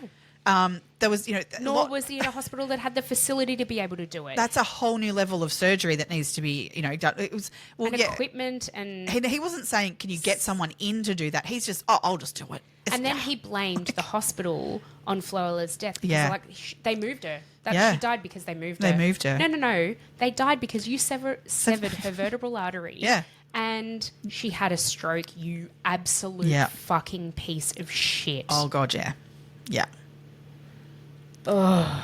Yeah. But as you were saying, to then force the fact of this has occurred, instead of having any kind of empathy or any normal reaction to that, his reaction was, we'll bring the next one in and we'll get the next patient on the table. Let's see how we can fuck this one up. So poor Mary. Mary Eaford. Yeah. I've already said he's got this field where there's so much blood he can't even see it. Yeah. The hospital, so the people in the operating theatre were like, you need to get this bleeding under control so you can see what you're doing. Yeah. And he said, I can see it with my eyes. He couldn't, number one. No. Number two, he was inserting screws into her soft tissue, so between the bone and into muscle, basically. Yeah. I saw in one of the documentaries I was watching, they're like, it would be like screwing a screw into a fillet of tuna. Yeah. Yes. Like it's holding on. There's nothing there. Nothing there. It's not. Yeah, not actually doing anything. It's just moving around in the muscle tissue. He doesn't even know that he's put a screw in tissue as opposed to bone. But that's where I go, you just don't care. As in, you'd know whether, if But how do you even justify that? Even, I know he's a psycho, but how do you even be like, oh, yeah, that's cool, I'm just going to leave that there? Because I think in his warped way of thinking, it's like, I'm amazing, this will just work. I don't know. Because he knew he wasn't drilling into bone. You know the difference. You must. You can't honestly be going this will be the right spot when it feels like that. Oh, he couldn't even see what he was drilling into. But you feel it even then. You know what I mean? I'm not saying it's wrong that he couldn't see and that was one issue, but you could feel that it was wrong. For sure. So there's you can feel the difference between bone and muscle. Soft tissue. Even as I'm not saying I'm going into anyone's spine and doing surgery, but I could even tell the difference if I was drilling into bone or muscle. Yes. I 100% will say that. Yeah. So he says that during this time, during Mary's surgery, is when the hospital director came into the operating room and said to him about transferring Floella to have the craniotomy at the other hospital. Yeah. He leaves the operating theatre at this point. Oh, God. With Mary bleeding on the table. Yeah. And the OR staff, the rest of the operating theatre staff, are standing there going, what the fuck? You never, ever, ever leave a patient open on a table, especially a patient who's bleeding, and walk away. Just walk away. You just never do that. That just does not happen. But he's cracked the shits. Yeah. And he's got to go and sort out Floella. Yeah. Well, he didn't. No. What they suspect happened is that he went and had a bit of a hit of coke. Yeah, because he's just feeling a little bit of pressure at the moment. Yeah, feeling a bit. That's not right. It's a bit hard. Oh, these people, what are they doing to me? Because apparently when he came back into the theatre, he was, up. Totally up. Happy, bouncing. Bounding in. Oh, my God. Ready to keep going with Mary Eaford's surgery. Oh, yeah. Unbelievable. Absolutely unbelievable. So Dr. Robert Henderson was then brought in to perform a salvage surgery on Mary Eaford. Now, he was highly respected. She woke up paralysed the next day from the waist down, I think. Yeah, I think so. Sorry, go on. So he tried to go in again and try and fix what had gone wrong. Now, he was certain when he got in there, as soon as he got into looking at what had happened in there, he was absolutely so certain that there would be legal action on this case that he recorded his surgery on Mary Eaford. Yep. He likened what he found in Mary Eaford to the results of a child playing with a Tinker toy or an erector set, basically like a Meccano set. It was not surgery at all. He describes Dunsch's surgery as an assault. Yeah. he concluded that Eaford would have been bedridden for the rest of her life had the salvage surgery not been operated and performed. He said after that surgery as well that anyone with a basic understanding of anatomy wouldn't have done what he did. No. And he said it made him think that he was an imposter. Yes. So that he was actually had no medical credentials whatsoever. He thought he might have stolen someone's identity and stuff. Yeah. So in order to verify that hadn't happened, because he had his own personal suspicion that this might be the case, he contacted the University of Tennessee and sent the dean Dunsch's photo that he'd had because it was on file from being, he was on the website because he was bloody the golden boy of Dallas Medical Center at this point. Yeah. And the person came back and said, "Yep, absolutely, that's him. That's Dunch. Yep. He's amazing." Oh, that's where Henderson, what he's quoted as saying is that he believed that Dunch had to have known how to do it right, that surgery, and then chose to do the opposite. Yeah. He was found to have been, again, operating. He didn't even touch the disc that he should have operated on. No, didn't even touch it. No, he's actually fucked up in a whole another spot. Point of, it blows my mind. Yeah. Yeah. So thankfully, because of the revision surgery that Dr. Henderson took, Mary, she still had deficits. She still had, a loss of mobility, but she wasn't a paraplegic. No. So thankfully, he was able to take her back into surgery within that window where he could repair what he could repair, and the results weren't as catastrophic as they could have been for her.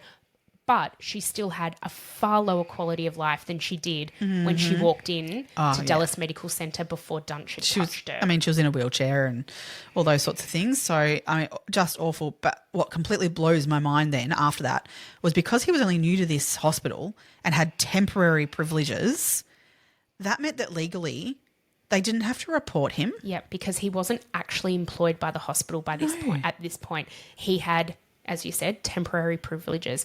If he'd had permanent status there, they would have been bound to report him.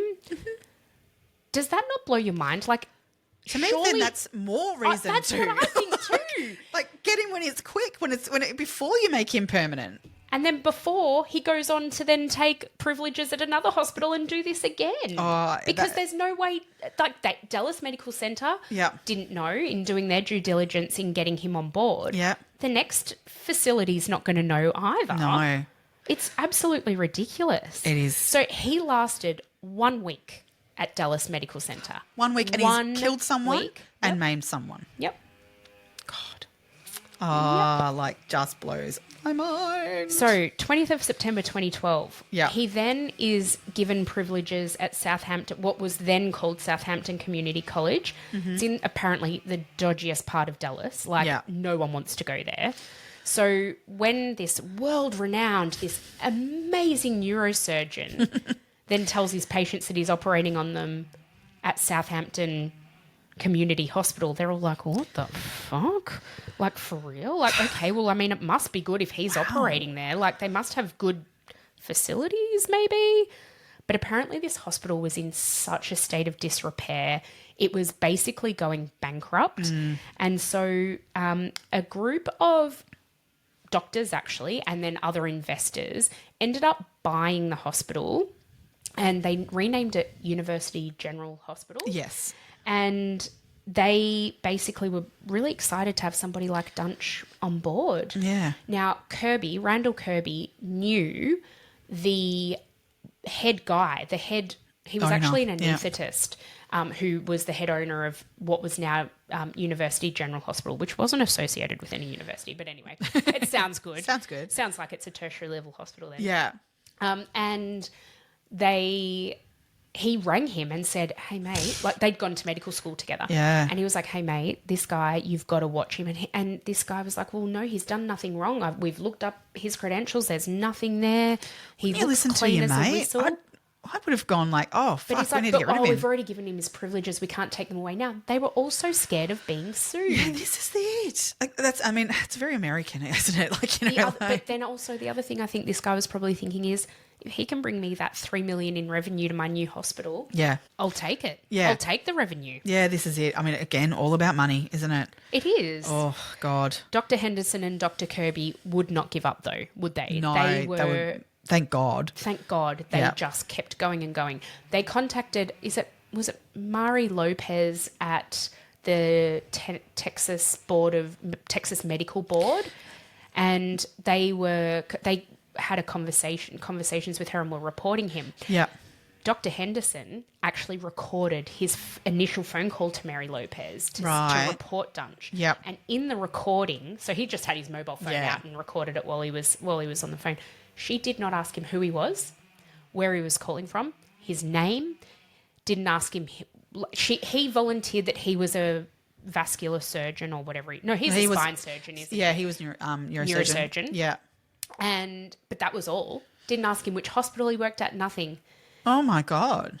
And so, and he says, have you heard of him? Have you received our other complaints? We've put other complaints in writing. I'm following up to see what's being done about this because this is it. People were complaining. He's had another adverse outcome now. And they were she was like, oh, I can't discuss an open case, basically. But wasn't an open case though? Like, were they looking at him? We actually don't know. No. We actually don't know. Jesus. 8 weeks after Mary Eaford's surgery, he was operating again at University General Hospital. Yeah. This patient was Jeff Cheney. Yes. This was in September of 2012. He'd had a bad back since his 30s. Just one of those reuse. Was this the mechanic? Oh, I get confused because there's Jeff Glidwell as well, and I get confused between the two. Anyway. He was a mechanic. Yeah. Jeff Cheney was the mechanic, yes. Yep. I actually did have that in my notes. Post-surgery, so he'd had this chronic back issue. He was a mechanic. He's constantly bending over cars. It would have been, it's a really taxing job on your body. Absolutely. He was earning $100,000 a year, doing really well for himself. He and his wife were like, coming up to a point where, they were sort of getting into the twilight of their working careers and this was something that they wanted to have fixed so that they could go into retirement again. Yeah. Pain-free and, finish off the last few years of his golden working years life. of your life. That's it. Yeah. He now can't work anymore after this surgery. He's in constant pain. Apparently after the surgery, Dunch went in and said to him, I don't know why you're this way. Everything went perfect in there. Not my fault. You know what he'd done?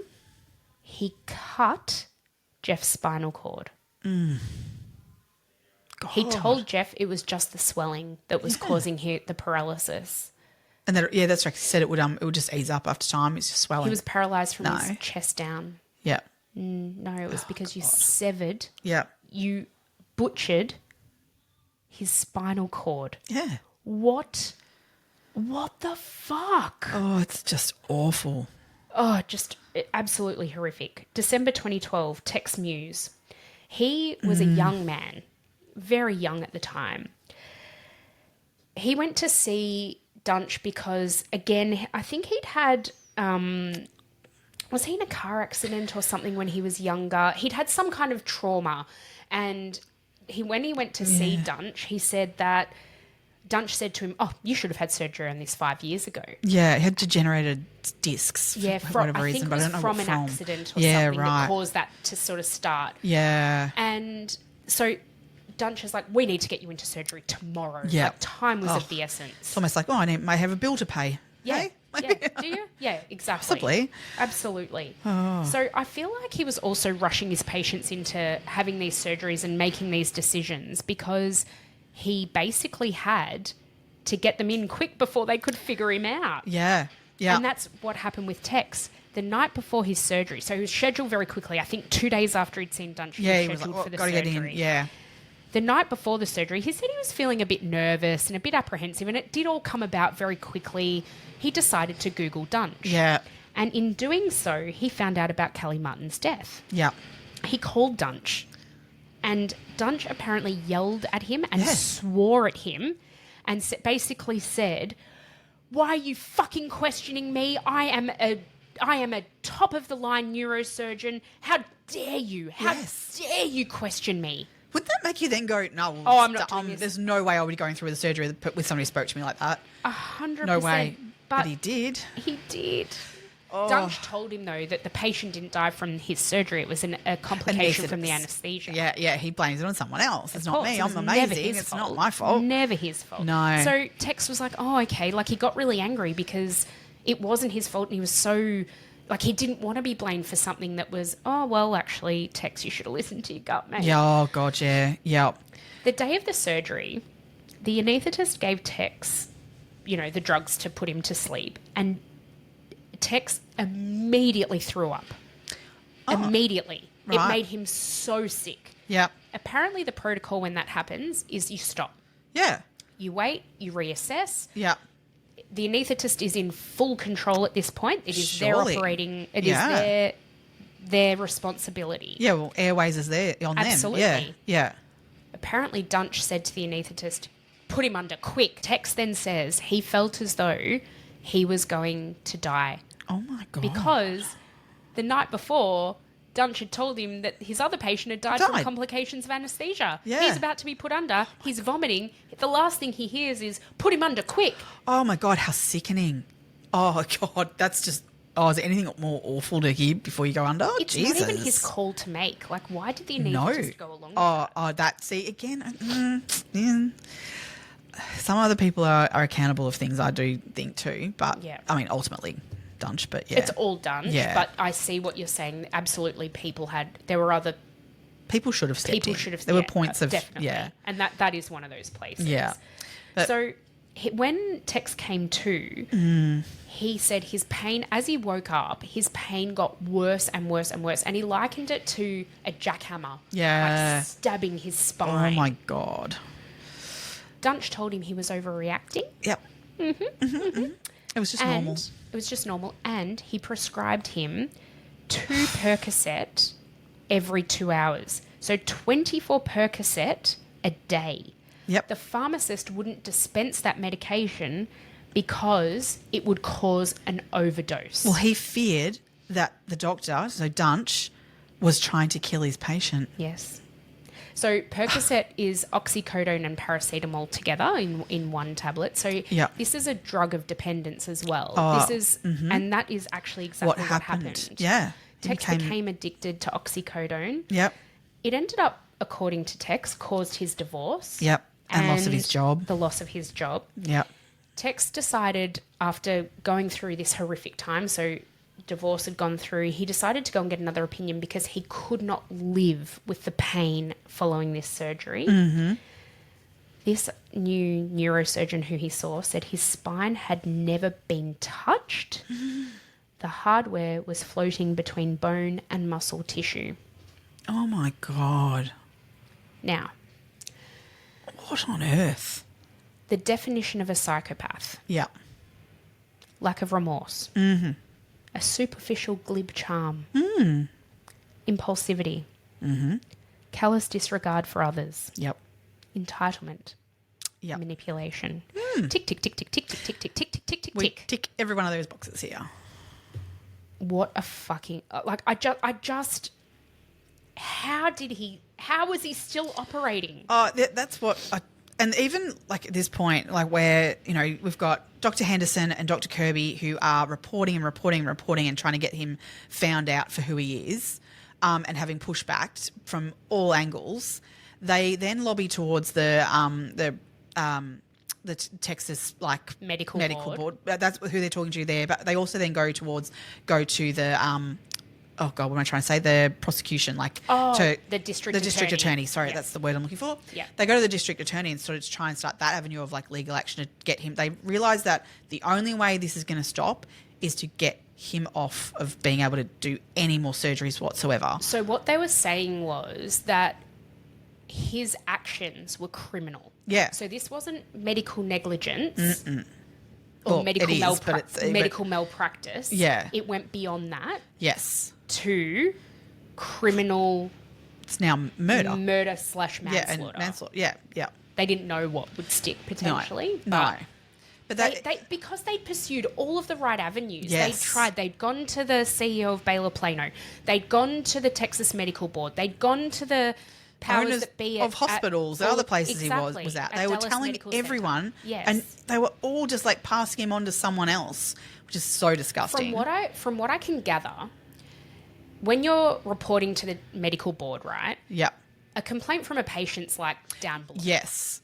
A complaint from another doctor or from nursing staff or another doctor is sort of middle of the road. Yeah. A complaint from a hospital is like red lights flashing. We need to do something about this because for a hospital to make a complaint, something really bad must be going on. Something really bad was going on. Why were they not doing it? They weren't doing it. All because they just didn't want to get sued. Yeah. Like, it's so disgusting. It's so bad. It shouldn't be that they should feel that way. It should not be that people are scared of getting sued when people are dying. That's right. It should not have been that hard to say this guy should not be doing what he's doing. He has to be removed. Yeah. Because even the district attorney basically was like, ugh, totally get what you're saying, but I don't know if we've got a case here. Like it was unprecedented. Yeah, completely unprecedented. To pursue criminal charges. Yes. Against a doctor who was operating in the operating theatre. So Yes. they were like, where does the delineation happen? Yeah, and I get that there is definitely, it's a fine line for surgeons. I mean, where, if we go prosecuting one doctor because someone dies on their operating table, like all of a sudden we can't operate on anyone for even simple things because what if the person dies and I'm going to get put in jail? I'm like, who'd want to be a doctor? I get that. Yep. Completely understand that. However, this is way beyond that. This is not, minor complications that unfortunately, unforeseen circumstances have meant this person's died on a table. This is someone who is performing surgeries who doesn't have the capability or maybe does and is choosing to not use them. Mm-hmm. That's a whole another level of insanity. Like, so something had to be done here. This was not and I guess that's where I understand from a legal perspective that they are treading in unknown territory and also it's sticky territory to avoid all doctors then going, well, fuck this, I'm not getting involved in doing surgeries because I'm going to lose my license and be put in jail for like one thing that might go wrong. But that wasn't. But that's not what this was. No. And that's where they had to really figure out how to navigate that. And what charges to bring. So while they were trying to figure that out, he was still operating at University General Hospital. Yes. In April of 2013, he operated on Philip Mayfield. He had a herniated disc in his neck. He was a truck driver, so he'd spent years and years driving trucks, sitting down, and part of his job was actually unloading the truck. So he was, lifting heavy things, bending in weird ways. Yeah. Not great. Have you seen an interview with him? No. He and his wife, oh my God, they love each other so hard. And they've got, their children are in their 20s. They haven't killed each other yet? No, and they fully actually for reals love each other. Oh, God, they basically, they're like, I can't live without you. You are amazing. You're my rock. I couldn't have gotten through this without you. And she was like, well, I couldn't have gotten through life without you. So of course, oh my God, it was just so beautiful. And not even icky when they do it. Oh, not icky. No. Like you're just like, that's you are down to earth, beautiful people. Whoa. Like gorgeous, gorgeous people. That's rare. Absolutely. Love you, Peter. So apparently he screened 5 or 6 surgeons. He was really apprehensive about having this surgery. But again, it got to a point where he couldn't even stand and watch his kids play football games because he was in so much pain. So he's like, it's time to do something about it. Screened 5 or 6 different surgeons. Dunch had great reviews. When he went and met with Dunch, he said, I've done thousands of these surgeries. No. He'd done less than 20 throughout his entire career / training. Yeah. He said his office looked really professional. Dunch told him that it was a 45-minute operation, run-of-the-mill, standard, could do it any day of the week, easy. Could do it with his eyes closed. It turned out he was actually in surgery for somewhere between 6 and 8 hours. When he woke up... Unbelievable. When he woke up, he couldn't move. He couldn't feel anything from his chest down. He was told he would never walk again. To this day, he uses a walker to get around. So he was actually able to gain some movement back, but he can't fully weight bear. Oh, so basically gone from not being able to stand at his kids' sporting events to not being able to stand anywhere. Anywhere. That's fucked. He also because of this, something happened. I'm not quite sure exactly the mechanism of this, but there was something to do with his blood pressure now, and it can just plummet and he just passes out at any moment. Holy So he can't crap. drive anymore. Oh, God. Which is his bread and butter. Yeah. And they'll be somewhere and he doesn't even feel it coming on. He just passes out. Oh, my God. That's awful. Oh, my God. He did have... Patient. Oh, sorry. Yeah. Oh, sorry, go. Oh, no, I was just going to say his final patient. Are we up to there or you got Jeff one? Glidewell? Yeah. Yeah, go. Yeah, all right. So Jeff Glidewell was his final patient that he was able to operate on. And again, fairly routine surgery.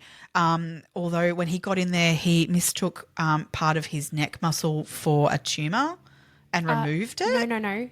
It was his esophagus. His esophagus? Mm-hmm. It was meant to be like a routine cervical fusion. But yeah, went in and decided there's cancer in here, a tumour. I'll just remove things that should have been removed. So he severed his vocal cords as well, cutting a hole in his esophagus at the time. And he sliced an artery as well. Mm-hmm. So basically, absolutely botched the shit out of this. He then stuffed surgical sponges in with all this because it was obviously causing more bleeding. And then severed an artery. Yeah, severed an artery. Shoved all the surgical sponges in and then stitched him up. Left the sponges in there. Now, he was warned. I mean, there is a nurse in an operating theatre who is taking note. That is their job, to take note of what goes into and out of the patient and record all of that. Yeah. That nurse and other assistants in the theatre at the time were like, you've left a sponge in him. Yeah, they were telling him. He did not care. No. He sewed him up with the sponges still inside. So disgusting. It ended up triggering a severe bloodborne infection. Of course it did. I mean, yes. So he went into sepsis. They had to go back in and remove it. But it's so disgusting. That it was Kirby that went in to repair the damage again. So Dr. Kirby again. So they called him in and gave him temporary privileges at the hospital in order to fix this. Yes. So he described the damage found after opening him up, that it was, again, this is where he spoke about him being a crazed maniac. He said it was attempted murder. Yeah, he reckoned that it had to have been that he was trying to kill the guy because no surgeon would do that knowingly. And he did it knowingly. Yeah. So it's for him, this was like this guy's got to be stopped. But this was like the end of his, ability to go, this is not okay whatsoever.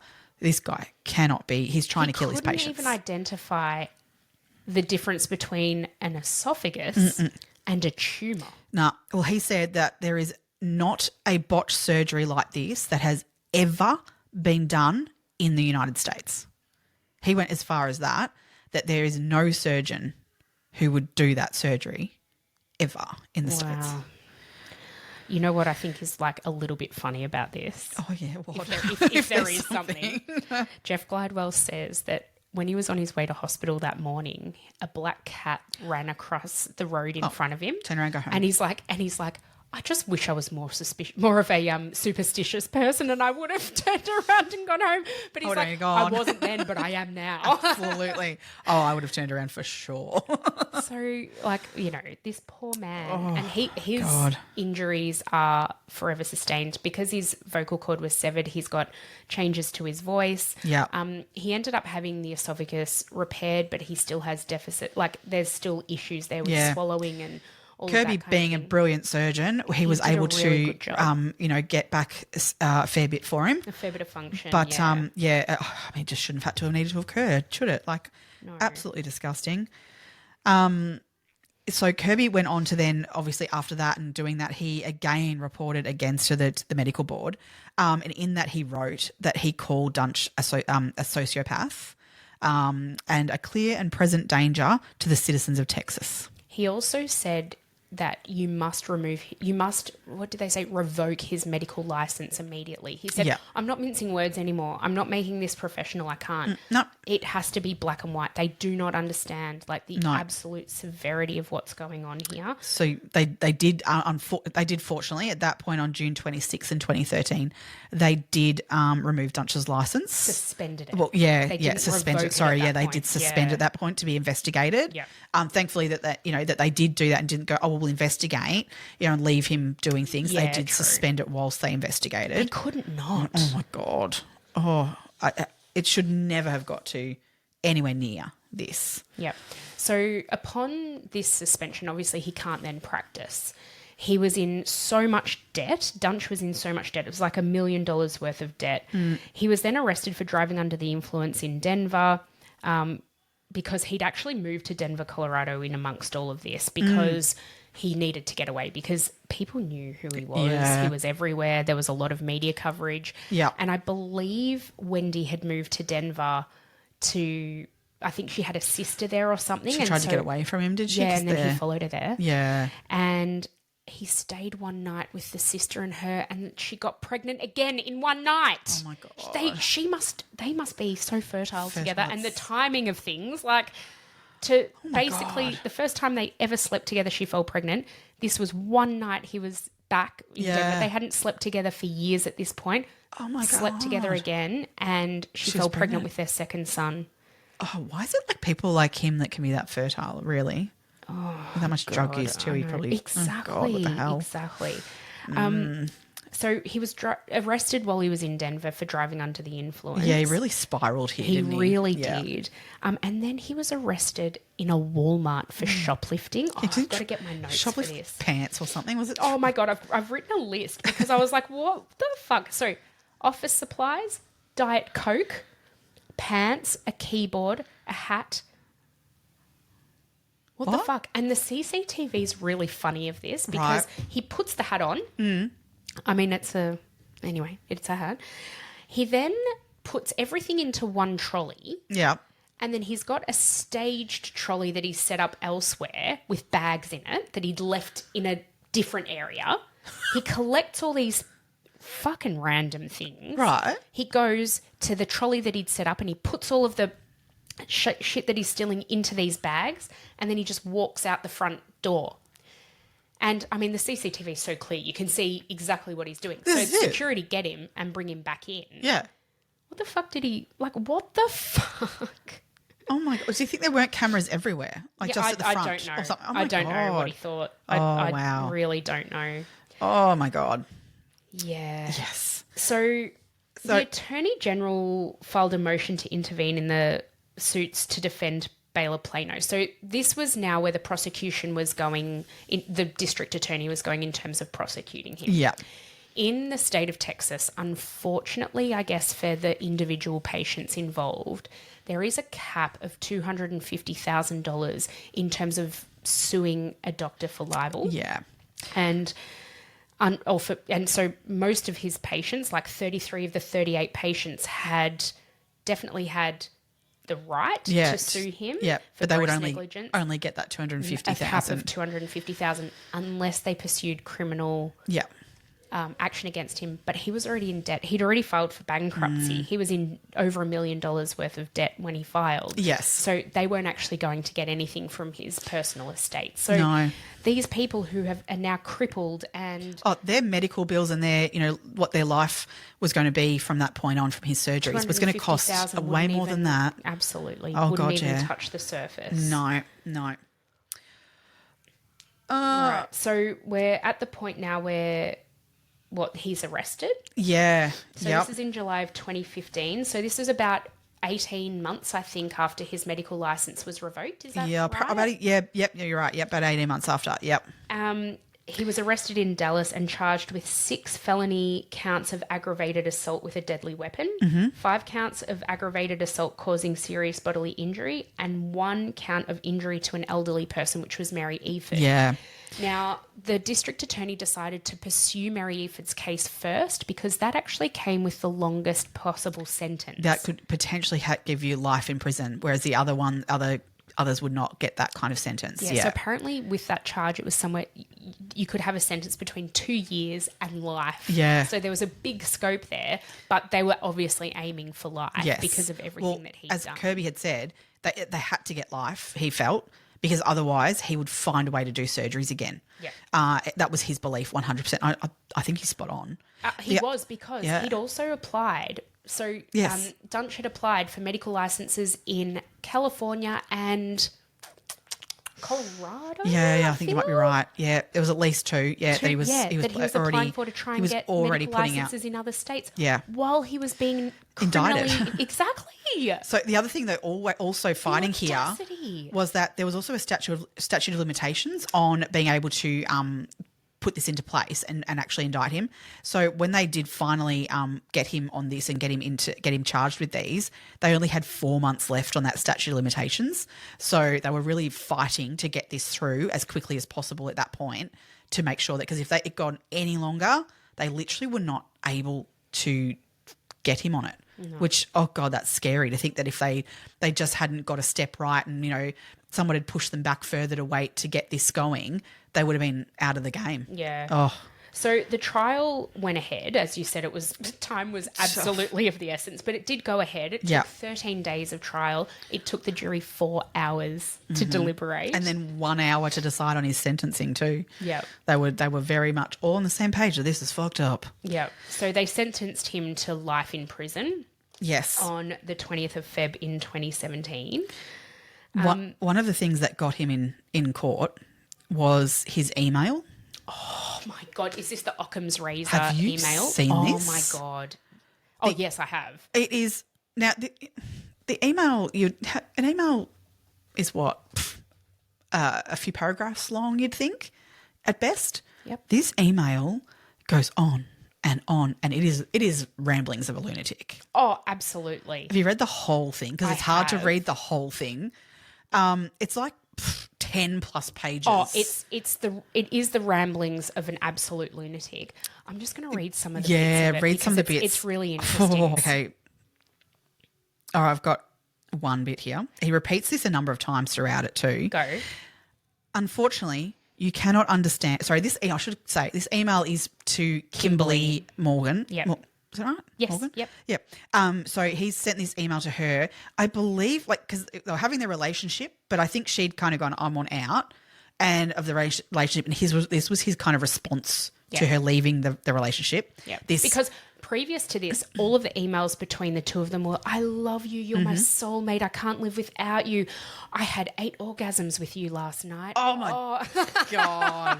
Whatever. Anyway, then she's obviously cottoned on to the fact that he's fucked. Oh, yeah. And she wanted to get away. She ended up actually having an affair on him with another man anyway. Oh, she's an interesting that's a whole different story.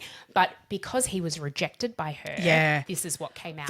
His response to her rejection, which to me just screams narcissist. Oh, this email is beyond. Read your bit, right, and then I'll read mine. Yeah, cool. So unfortunately, you cannot understand that I really am building an empire, and I am so far outside the box that the earth is small and the sun is bright. And I have around 3 minutes left to change my mind and go back. And of course, I always do. But that is something that you probably are again scrunching in confusion over. Yet you know what I mean. It just... Oh, it makes no sense. This is the bit that I loved. I mean, loved, but fucking hated. Yeah. Anyone close to me thinks that I am likely something between God, Einstein, and the Antichrist. Because how can I do anything I want and cross every discipline boundary like it's a playground and never ever lose? But unfortunately, despite the fact that I'm winning, it is not happening fast enough. What is the problem, Kim? Oh, God. Well, so this is the bit, though, in the trial that got him. Yep. Okay, so you, my child, are the only one between me and the other side. I am ready to leave the love and kindness and goodness and patience that I mix with everything else that I am and become a cold-blooded killer. The sad fact is that I would go faster, do better, and catch more respect and honour by fucking everyone in the brain, emotionally and mentally controlling them in the manner that borders on abuse, doesn't border on, taking no prisoners and sending everyone in my way, and especially that fucks with me to hell for the simple fact that they thought they could much less tried. Doesn't make any sense. It doesn't make sense. No, but basically, there's a lot of rambling. There's so much rambling. But this bit, particularly that bit where he basically says, "I'm ready to become a cold-blooded killer." He's already a cold-blooded killer. Well and truly. And yeah, he is abusive. Apparently, Wendy was physically abused as well as emotionally and mentally by him. He is an absolute piece of shit. Oh, and an absolute control freak. When she came home from hospital, so he didn't even attend the birth of their second child. When she came home from hospital after the birth of their first child, he'd already entered into this relationship with Kimberly. Yeah. And Wendy got home from hospital with their newborn baby, and he'd moved her out of the primary suite. Like he'd moved her out of the main room, put her in the guest room, and he and Kimberly were fucking in the main room, in the master bedroom. Yeah. Like, what a fucking... But then poor Wendy, she's newly postpartum, new baby, Dealing no with support. She had no money. He'd pulled her from, this strip club life, but at least she had a support system there and she was earning her own money there. Yeah, He removed her from all of that. Oh, God. Yeah. Genuine, utter piece of shit. So he's basically in prison for the rest of his life. Thank fucking Christ for that. He's just where he belongs. What an absolute piece of shit. And he can't harm anyone. Well, he probably can harm people in prison, but he can't harm the innocent, medically fragile people of Texas. Exactly. Yeah. I mean, I think Dr. Kirby hit the nail on the head that he was, a clear and present danger to citizens, innocent citizens. That's just, and it could have been anywhere in America that he would have been able to potentially operate and do that, not just Texas even. No. So, yeah, I think that putting him in prison for life is genuinely the only way that they can stop him. Yep. He is eligible for parole when he will be 74. Yeah. So, look, you would say at 74 he shouldn't be able to get a medical license back again. You'd hope. Surely not. Yeah, I don't know. I feel like he's someone who'd find a way. Surely not. God. Ugh. But the difficult thing with trying to get him in the criminal court was obviously proving that his training was enough. Yeah. That he had been trained appropriately and he was choosing or unable to implement his training. Yeah. Because if the defense did try to argue that, he just wasn't trained well enough and he should have had more training, it's someone else's fault. Which fortunately the jury didn't buy it and didn't go with that. But technically though, if they could force the issue to be that it was that original where he did residency, that they just didn't do a good enough job of training him. But the DA countered that by saying that if that was the case, he would have stopped after his first botched surgery. Well, this is the thing. And recognised that he hadn't had enough training and he couldn't actually perform that. And maybe research might be better suited to him. Which a lot of people said his research he's incredibly intelligent. It was, but then we didn't even touch on this, but when he was doing his research work, he actually opened a company himself called Discgenics. Yes. And that went bankrupt. He wasn't a good businessman. No, he was good at doing the research. Yeah. But this is where his own personality disorder, whatever, would get in his own way. Yeah. Because to be able to then use what he was learning in research, implementing that where it meant that he was interacting with other people and potentially maybe having to say to people like, can you help me do this? Yeah. I need to learn from, other experts maybe. He would be like, well, I know how to do this myself and do it. And he did it wrong. Yeah. And instead of admitting, I don't know how to do this, he would just push through and go, well, fuck you all, it's fine. And it all went to shit. And it's not. No. But he seemed to have this absolute, complete and utter blinker on himself of what are you saying that I'm in debt now almost? That it's not working. Of course it's working. He's just this full-on steam train. Yeah, there was no stopping him. Nothing. It's just horrible. Interesting. Look, to everybody who was maimed by him and the people who died, my heart goes out to them because, as you said at the start, you're in such a vulnerable position when you're on the operating table. Whether you're having your appendix removed or spinal surgery, you're at your absolute most vulnerable in that moment on an operating table. It's scary for anyone to be put under the knife of, put under, under anesthesia, let alone having spinal surgery. I know. Oh. On that note, let us know what you think. Yeah. And have you, the other thing that we haven't touched on, which I know we talked about last week, Joshua Jackson.